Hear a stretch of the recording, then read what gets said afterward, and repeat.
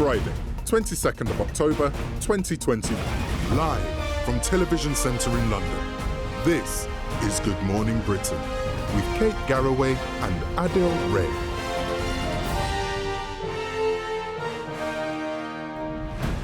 Good morning, Britain. It's 2 minutes after 7.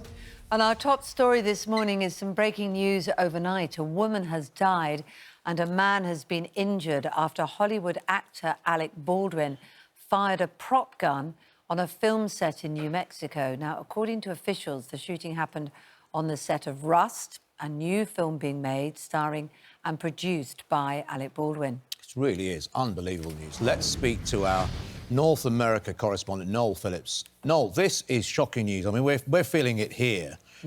What is it like over there? I mean, this must be such a big film culture, as we know there, and gun culture, such an important topic as well in America. This is top of the news out there, I'm guessing.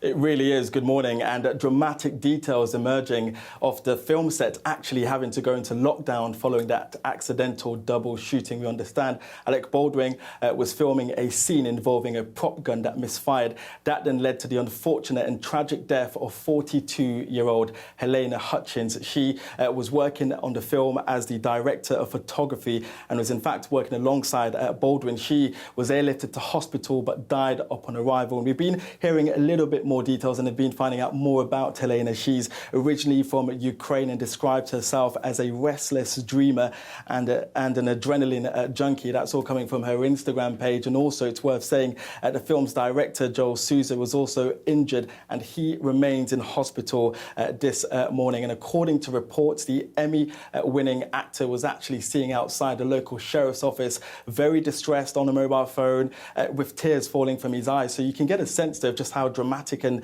how unfortunate this accident will have been and will have had an impact not just on the cast but also the crew as well who was working on this movie. But ultimately the focus of this investigation from the police will now be on why and how something like this could have happened. Obviously there's an investigation that's ensuing and they're going to have to figure out whether or not there are going to be criminal charges brought, because while this is an accident, someone lost their life and another is seriously injured. So you can't just say, oops, my bad, and I'll be good.